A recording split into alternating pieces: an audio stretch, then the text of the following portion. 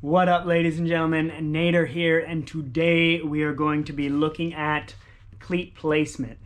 Before we get into cleat placement, I really appreciate your viewership, so make sure to click the subscribe button so you can stay up to date with all the awesome videos that I'm coming out with on the regular. So cleat placement is one of those tricky little things that eludes people. They just don't know what direction is the correct direction to put the cleat under their shoe. Does it change whether you're looking at look cleats or Shimano cleats or speed play? How does all of that factor into what you need for the type of riding you're doing, whether it's mountain bike or time trial or road bike or track bike? It all plays into the factors, so we want to dig deep into it and look at everything. After doing a few thousand bike fits with Long Beach Bike Fit, I've really come to understand how to position cleats underneath every single person to make sure they're getting the very most out of the power they're putting into the pedals, as well as, and most importantly, they're not getting hot spots and numbness and having issues with their arches and feet as they're pedaling. So I look at the foot in the shoe as a lever, and we can change the length of this lever by where we position the cleat.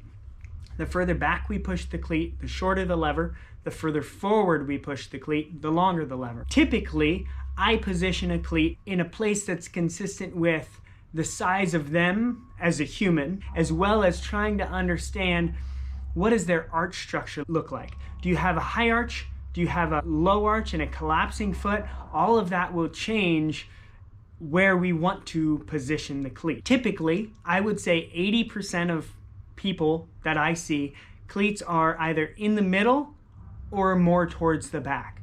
Only for my taller clients or my clients with feet that are bigger than the size of them as a human do the cleats typically go all the way to the front. So when we're looking at cleat placement in regards to how tall you are, usually the smaller the person, the further back the cleat goes. The smaller the foot in relation to the person, the further back the cleat goes. For example, I'm 6 foot tall.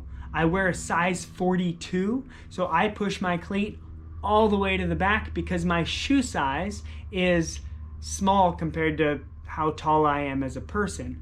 A couple weeks ago, I had somebody in who was about 5'4" with a size 48 shoe, and that's a huge foot for that height of a person. So we pushed his cleat all the way forward and it put the cleat more underneath his foot. Secondly, we want to understand what arch structure is above that cleat. Do you have a high arch? Do you have a medium arch? Do you have a flat collapsing foot?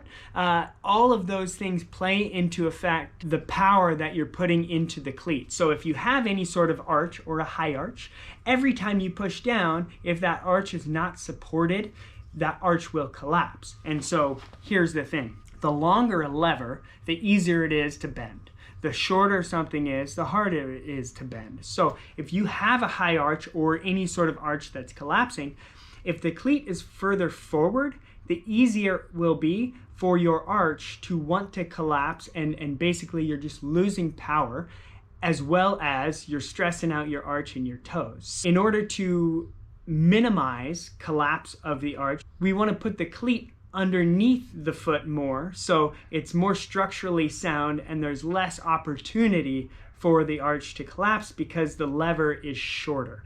If you have more of a flat foot or a foot that's really collapsing down and in, usually when the foot collapses down, the toes will pick up. We don't want the toes just floating there not doing any work. We want the whole foot to be engaged inside the shoe and over the pedal. If the foot is collapsing and the toes are spreading out, typically pushing the cleat a little bit further back underneath the foot will minimize the amount of collapse underneath the foot. But I'm just going to tell you now, the best thing you can do if your foot is collapsing in, get a good set of cycling specific insoles, and there's another video about that. For you taller individuals or people with a foot on the bigger side, say 45, 46 and above, usually the cleat just goes all the way forward.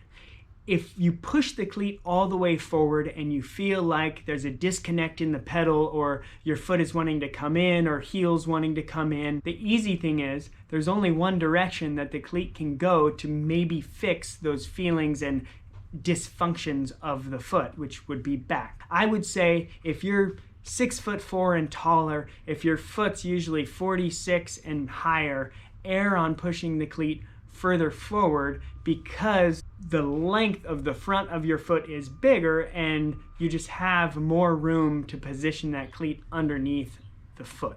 As far as looking at toe in, toe out position of the cleat, this is something that people get confused about or just really overthink. What I tell everybody is position your cleats first in a neutral position, so that the shoe is straight up and down.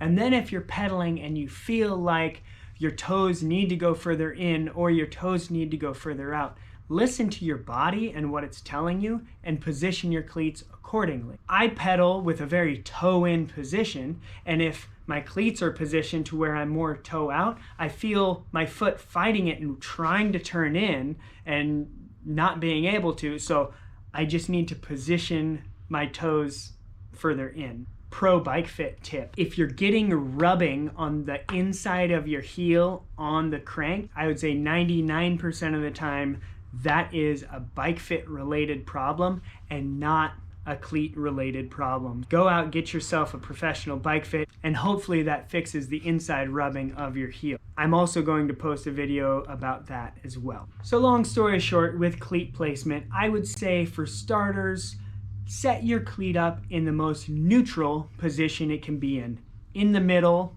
err towards moving it further back, cleat tilt, have the shoe directly toe over the heel, and then ride that and listen to your body and what it's trying to tell you as far as the position it wants to go. Once you've tried that, go back, listen to the other techniques as far as pushing the cleat further back or further forward, depending on the size of you as a human or the structure of your arch, to really dial in and figure out exactly where that cleat needs to go underneath your shoe. If you have any questions, don't hesitate to shoot me an email at longbeachbikefit@gmail.com. Hope that was helpful, and make sure you watch some of the other videos that I have posted.